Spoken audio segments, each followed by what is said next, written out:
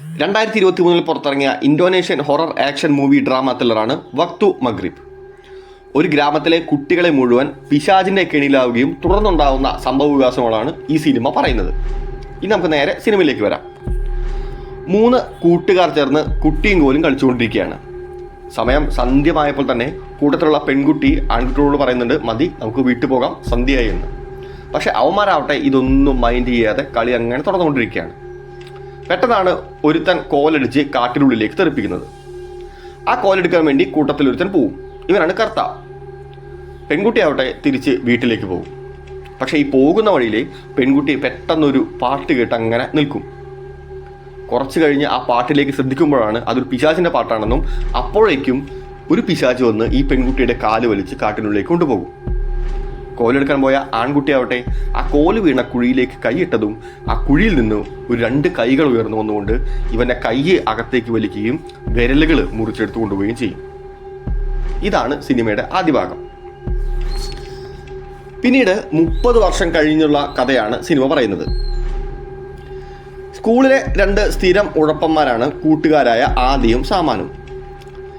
എന്നും സ്കൂളിൽ വൈകി ചെന്ന് ടീച്ചറുടെ കയ്യിൽ നിന്ന് സ്ഥിരം പണി വാങ്ങലാണ് ഇവരുടെ 2 പേരുടെയും പണി. ക്ലാസ്സിലെ മിടുക്കി കൊച്ചാണ് ആയു എന്ന പെൺകുട്ടി. നന്നായി പഠിക്കും, പാട്ടുപാടും, എല്ലാത്തിലും അവൾ വളരെ മിടുക്കിയാണ്. അതുകൊണ്ട് തന്നെ ടീച്ചറുടെ പെറ്റാണ്. സാമാൻ്റെയും ആദിയുടെയും കൂട്ടത്തിൽ ഏറ്റവും വികൃതി സാമാനാണ്.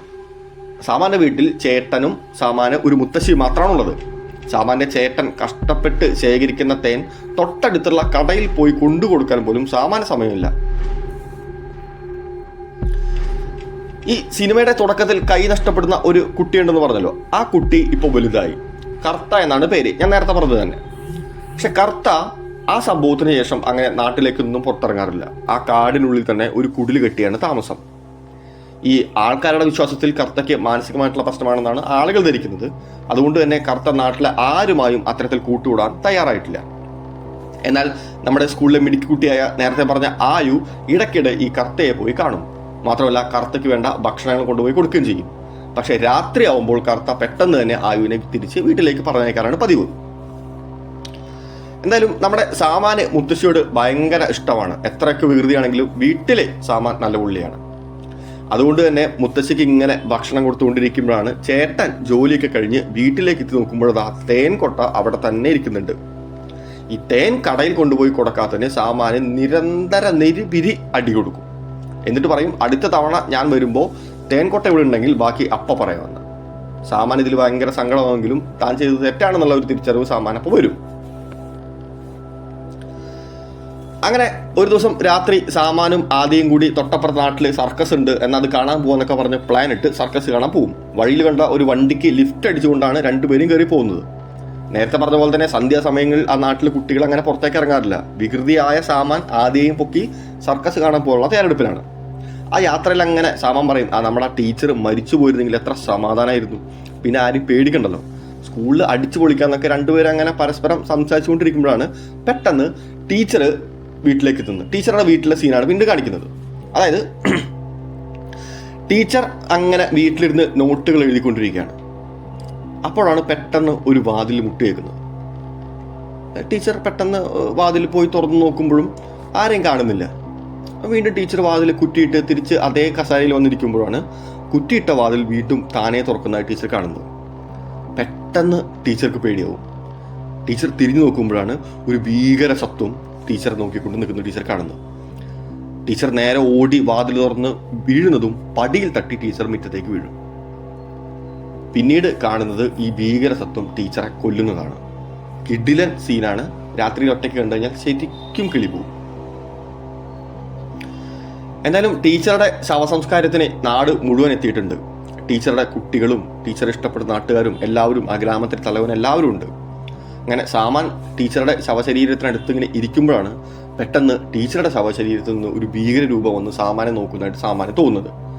സാമാൻ പേടിച്ച് ഓടിയിടുമെങ്കിലും നാട്ടുകാർ വിചാരിക്കുമ്പോൾ അവന് പെട്ടെന്നത് കുട്ടികളല്ലേ, പെട്ടെന്ന് ആ ഒരു ഷോക്കിൽ സംഭവിച്ചാണ്. അങ്ങനെ ടീച്ചറുടെ ശവശരീരം മറവ് ചെയ്യുന്നതിനായി ആംബുലൻസിൽ കൊണ്ടുപോകുമ്പോഴും സാമാൻ നോക്കുമ്പോൾ ആ ആംബുലൻസിലെ ഗ്ലാസ്സിൽ നിന്ന് ടീച്ചർ ഇങ്ങനെ ഉയർന്നു വരുന്നത്. ഈ ഒരു സംഭവത്തിന് ശേഷം സാമാൻ വീട്ടിൽ തന്നെയാണ് ഇരിപ്പ്. അതിൻ്റെ ഒരു ഷോക്ക് കാരണം കൂട്ടുകാരോട് സംസാരിക്കാനോ സ്കൂളിലേക്ക് പോകാനോ ഒന്നും സാമാൻ തയ്യാറായിരുന്നില്ല. അങ്ങനെ ഇരിക്കുമ്പോൾ ഒരു ദിവസം രാത്രിയിൽ സാമാനെ തേടിക്കൊണ്ട് ടീച്ചറുടെ പ്രേതമെത്തും. സാമാൻ പേടിച്ചോടുമെങ്കിലും പതിയെ ആ പ്രേതം സാമാന്റെ ദേഹത്ത് കയറും. അങ്ങനെ ടീച്ചർ മരിച്ച് കുറച്ച് ദിവസം കഴിയുമ്പോഴേക്കും സ്കൂളിൽ പുതിയ ടീച്ചർ എത്തും. ഈ ടീച്ചറാവട്ടെ എല്ലാ കുട്ടികളോടും വളരെ സ്നേഹത്തോടെയാണ് പെരുമാറുന്നത്. ആദ്യം നേരം വൈകി വരുമ്പോഴൊക്കെ ആദ്യം ക്ലാസ്സിലേക്ക് വിളിച്ചു കയറ്റുകയും അടുത്ത തവണ നമുക്കത് പരിഹരിക്കാം, പ്രശ്നങ്ങളെല്ലാം പരിഹരിച്ചുകൊണ്ട് നല്ല കുട്ടിയാവണമെന്നുള്ള ഉപദേശങ്ങളൊക്കെ ഇങ്ങനെ ടീച്ചർ കൊടുക്കും. അപ്പോഴാണ് നമ്മുടെ പട്ടണത്തിലേക്ക് പോയ സാമാന്റെ ചേട്ടൻ തിരിച്ചു വരുന്നത്. 3 ആഴ്ചയോളം പട്ടണത്തിൽ പണിയൊക്കെ ചെയ്ത് തിരിച്ചു വന്ന് ആ കടയിൽ തേൻകടയിൽ നിന്ന് പൈസ വാങ്ങാൻ നിൽക്കുമ്പോഴാണ് കടക്കാരൻ പറയുന്നത്, ഇവിടെ ആരും തേൻകൊട്ടയൊന്നും കൊണ്ടുവന്നിട്ടില്ല, നിന്റെ അനിയനോട് തന്നെ പോയി ചോദിക്കാം. ഇത് കേട്ട് ദേഷ്യപ്പെട്ട് സാമാന്റെ ചേട്ടൻ വീട്ടിലേക്ക് വരും. എന്നിട്ട് സാമാനെ പൊതിരെ തല്ലും. പെട്ടെന്നാണ് സാമാനെ നോക്കുമ്പോൾ ചേട്ടൻ ഒരു കാര്യം കാണുന്നത്. സാമാന്റെ പിന്നിൽ ഒരു ഭീകര രൂപം അങ്ങനെ ഉയർന്നു വരുന്നത്. ഇത് കണ്ട് സാമാന്റെ ചേട്ടൻ പേടിക്കുകയും പിന്നിലേക്ക് വീഴുകയും ചെയ്യും. അപ്പോഴേക്കും സാമാൻ അടുത്തുള്ള കത്തി എടുത്തു കൊണ്ടുവന്ന് ചേട്ടനെ തലങ്ങും വിലങ്ങും വെട്ടിക്കൊല്ലും.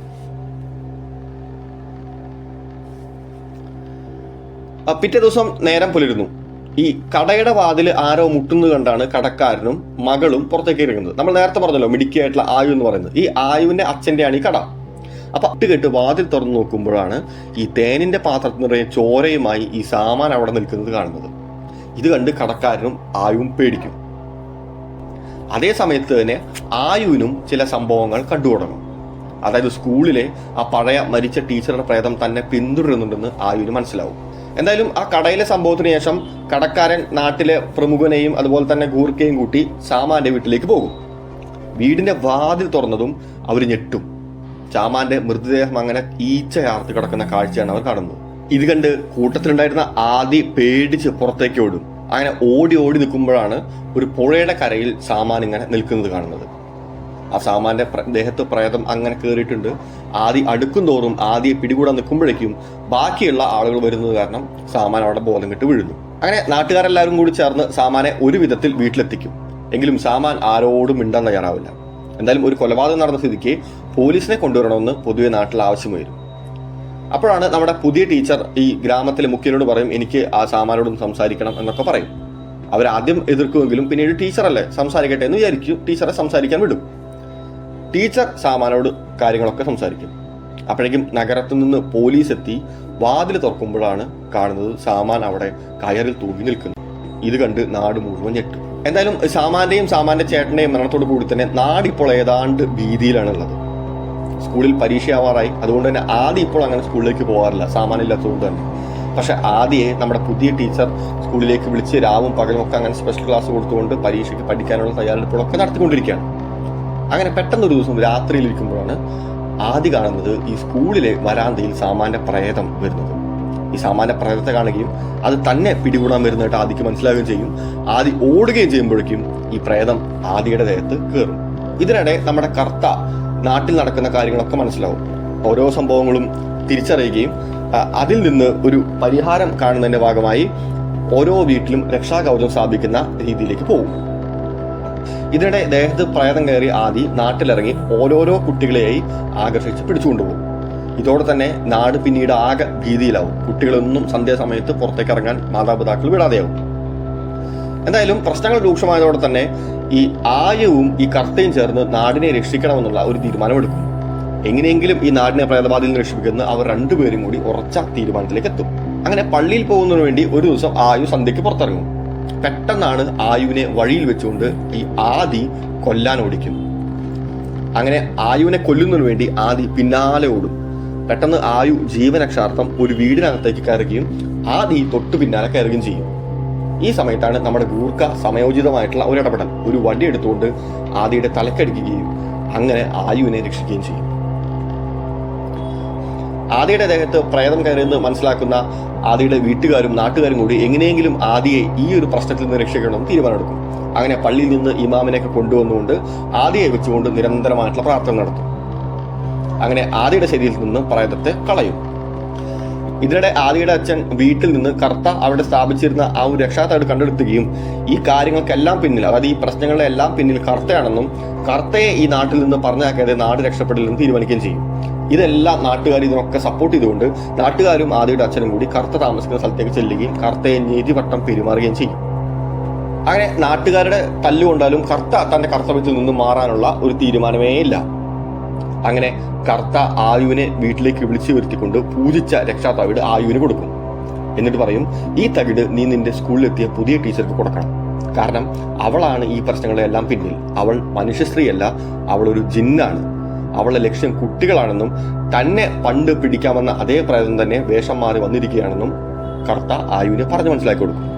അതിനുശേഷം തന്നെ കാണാൻ വീട്ടിലേക്ക് എത്തിയ ടീച്ചറുടെ പെരുമാറ്റത്തിൽ നിന്ന് ആയുവിനെ കർത്ത പറയുന്നതെല്ലാം ശരിയാണെന്ന് മനസ്സിലാക്കുകയും ടീച്ചർ ഒരു ജിന്നാണെന്ന് ആയുവിന് മനസ്സിലാക്കുകയും ചെയ്യും.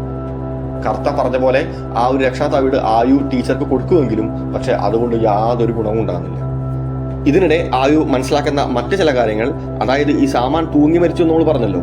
ഈ സാമാൻ തൂങ്ങി മരിക്കുന്നതിന് മുമ്പ് ടീച്ചർ സാമാന്റെ ചെവിയിൽ ചില കാര്യങ്ങൾ മന്ത്രിച്ചതെന്ന് മനസ്സിലാക്കും. ഇതിനു ശേഷമാണ് സാമാൻ തൂങ്ങി മരിച്ചതെന്നും അതുപോലെ തന്നെ ഈ ആദിയുടെയും കർത്തയുടെയും ഈ അവസ്ഥയൊക്കെ കണ്ടുകൊണ്ട് ടീച്ചർ സന്തോഷിക്കുകയാണെന്നും ടീച്ചർ ശരിക്കും ജിന്നാണെന്നും ആയു മനസ്സിലാക്കും. അതേസമയം തന്നെ ഈ നാട്ടുകാരെല്ലാവരും കൂടി കർത്തയെ കെട്ടിയിട്ട് ഒരു വീട്ടില് ഗൂർക്കയും കാവലിരുത്തി പോവുകയാണ്. കാരണം കർത്തയാണ് ഈ പ്രശ്നങ്ങളെല്ലാം പിന്നിലെന്നാണ് നാട്ടുകാരുടെ വിചാരം. എന്നാൽ നമ്മുടെ മിടുക്കിയായിട്ടുള്ള ആയു ആവട്ടെ സാഹസികമായി ആ വീട്ടിൽ കയറിക്കൊണ്ട് ഈ കർത്തയെ അവിടെ നിന്ന് രക്ഷപ്പെടുത്തും. അങ്ങനെ രക്ഷപ്പെട്ട കർത്ത നേരെ പോകുന്നത് ഈ പുതിയ ടീച്ചറുടെ വീട്ടിലേക്കാണ്. ആ വീട്ടിലെത്തി നോക്കുമ്പോഴാണ് ടീച്ചറുടെ യഥാർത്ഥ രൂപം കർത്ത കാണുന്നത്. ടീച്ചർ ഒരു ഭീകര സത്വമായി ഇങ്ങനെ കണ്ണാടിക്ക് മുമ്പിലിരിക്കുകയാണ്. അങ്ങനെ ആ ഭീകര സത്വം കർത്തയോട് വന്ന് കുറെ കാര്യങ്ങൾ പറയുന്നുണ്ട്. അതിൽ നിന്ന് കർത്തയ്ക്ക് ഒരു കാര്യം മനസ്സിലാവും. അതായത് ഈ ഭീകര സത്വമായി, അതായത് ഈ പിശാചായി വന്നിരിക്കുന്നത് പണ്ട് തൻ്റെ ഒപ്പം കളിച്ചിരുന്ന ഈ സിനിമയുടെ തുടക്കത്തിൽ കാണുന്ന ആ ഒരു പെൺകുട്ടി ഉണ്ടല്ലോ, ആ പെൺകുട്ടിയാണ് ഇപ്പോൾ വളർന്നു വലുതായി ആ പ്രേതമായി തിരിച്ച് നാട്ടിലേക്ക് എത്തിയിരിക്കുന്നതെന്ന് കർത്തയ്ക്ക് മനസ്സിലാവും. ഇതിനിടെ വീണ്ടും ആദിയെ വീട്ടിൽ നിന്ന് കാണാതാവും. അങ്ങനെ നാട്ടുകാരെല്ലാവരും കൂടി ആദിയെ തെരഞ്ഞ് പുറത്തേക്ക് ഇറങ്ങും. ആയും സാമാനും കൂടി ഓടിച്ചെന്ന് ആ പഴയ പുഴക്കരയിലേക്ക് എത്തുമ്പോഴാണ് ആദി അവിടെ നിൽക്കുന്നത് കാണുന്നത്. ആദിയെ ആവട്ടെ ഈ പിശാചിങ്ങനെ വശീകരിച്ചുകൊണ്ട് കൊല്ലാനുള്ള തയ്യാറെടുപ്പിലാണ്. പെട്ടെന്ന് കർത്ത മന്ത്രങ്ങൾ ചെല്ലാൻ ശ്രമിക്കുമ്പോഴേക്കും ഈ പിശാച് വന്ന് കർത്തയെ ആക്രമിക്കും. അപ്പോൾ കർത്ത ബുദ്ധിപരമായിട്ടുള്ള ഒരു നീക്കം ചെയ്യും. അതായത് പണ്ട് ഈ കർത്തയുടെ കൈവിരല് വലിച്ചെടുത്ത ഒരു കുഴി ഉണ്ടല്ലോ, അതായത് പ്രേതം വന്ന ആ കുഴിയിലേക്ക് കർത്ത തീയിടും. പെട്ടെന്ന് ഈ പ്രേതത്തിന്റെ പകുതി ശക്തി ചോർന്നു പോവുകയും അതേ സമയത്ത് തന്നെ ഈ കർത്ത മന്ത്രം ചെല്ലുകയും ചെയ്യുന്നതോടുകൂടി തന്നെ ഈ ആദിയെ പിടികൂടാൻ നിൽക്കുന്ന പിശാച് പതുക്കെ തിരിച്ച് കാട്ടിലേക്ക് പോകും. അങ്ങനെ ബോധം കെട്ട് വീണ ആദിയെ വീട്ടുകാരും കൂടി ചേർന്ന്, വീട്ടുകാരും നാട്ടുകാരും എല്ലാവരും കൂടി ചേർന്ന് തിരികെ വീട്ടിലേക്ക് പോകും.